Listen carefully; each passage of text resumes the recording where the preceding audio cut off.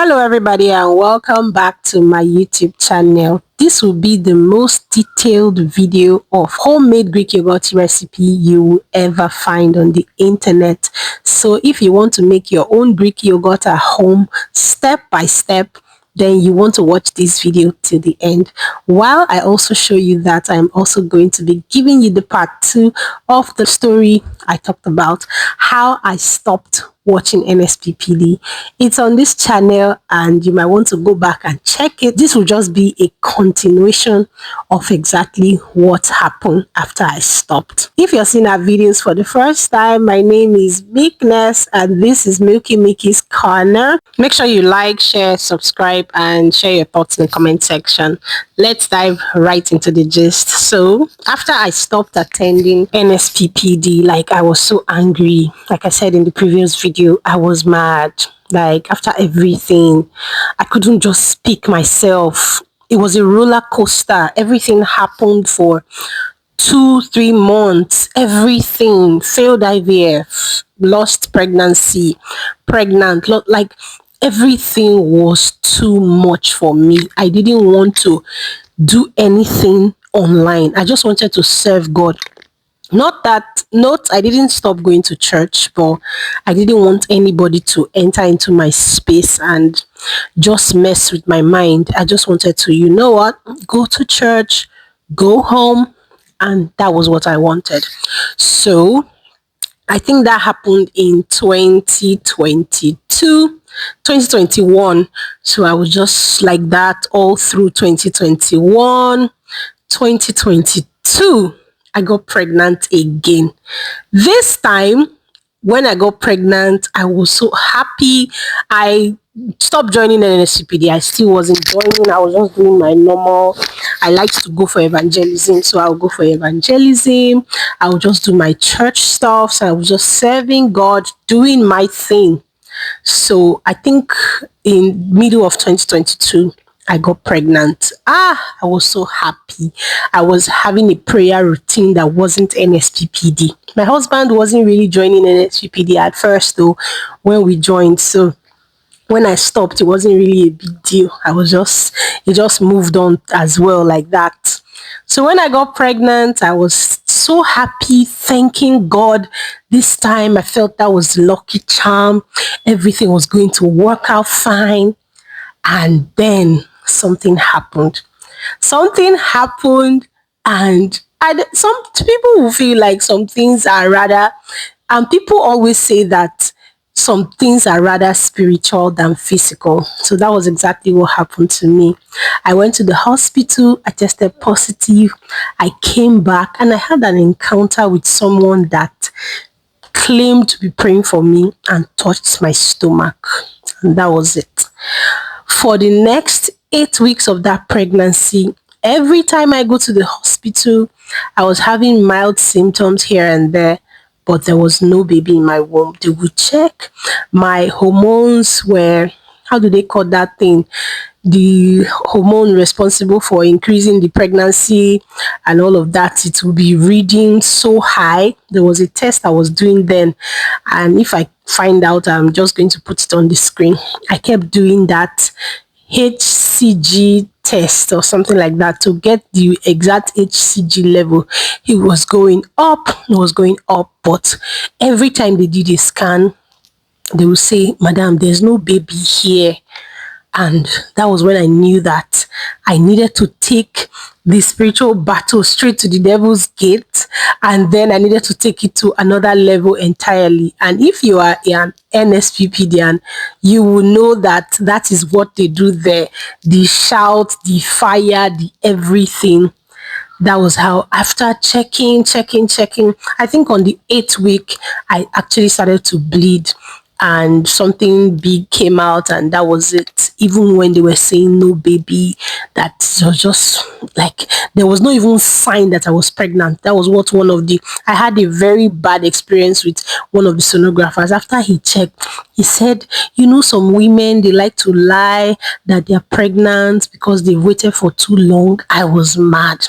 I was like, oh God, my husband is here, you're saying this kind of thing.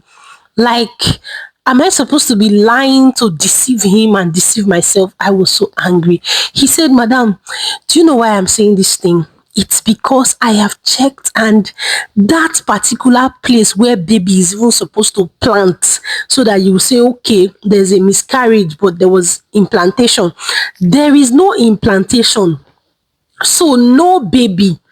I was now asking him, so is there any other reason why my HCG levels are going up? And you say there's no implantation, there's no sign that I ever even got pregnant. He said, oh, this one is a mystery for him. That was when I knew that this was out of my power completely. So before I even started bleeding, I told my husband, I said, I wanted us to join Nsppd. If the baby stays, fine. If the baby doesn't stay, fine, but I am not giving up on the altar of Nsppd anymore. I am going to do this every day of my life. That was what I now told him. And then we agreed. Then we started Nsppd. We were consistent. Like every day we would join Nsppd, every day. And then on the 8th week, I think we made this decision when the baby was 6 weeks.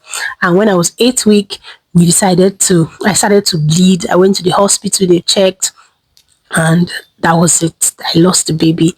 But I said, lost baby, oh, not lost baby, oh. That's the devil's problem.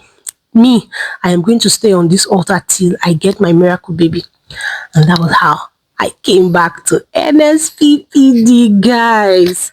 Apart from the fact that I got my miracle, which I am going to do in a separate video, because sometimes I feel like when we trust God for something and it doesn't come at the very moment, that might just be the biggest test you need to pass to get to your real result.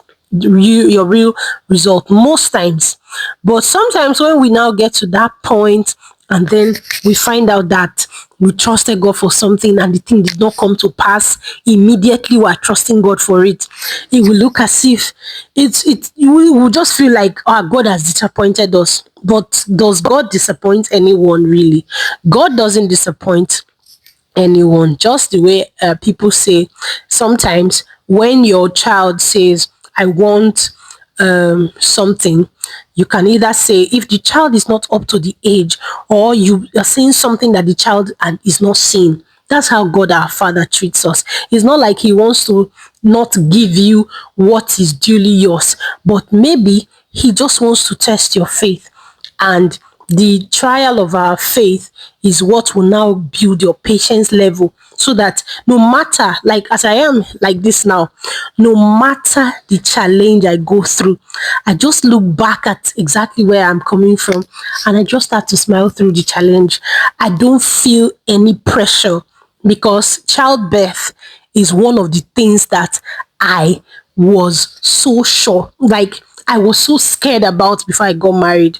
I always tell people this thing, that before I got married, if they say, if you are believing God for the fruit of the womb, come out.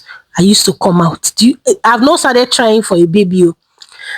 You have something in your body, touch your body. I just feel like it's going to be really difficult for me to have children. I don't know why I had that notion in my mind. So I was always scared.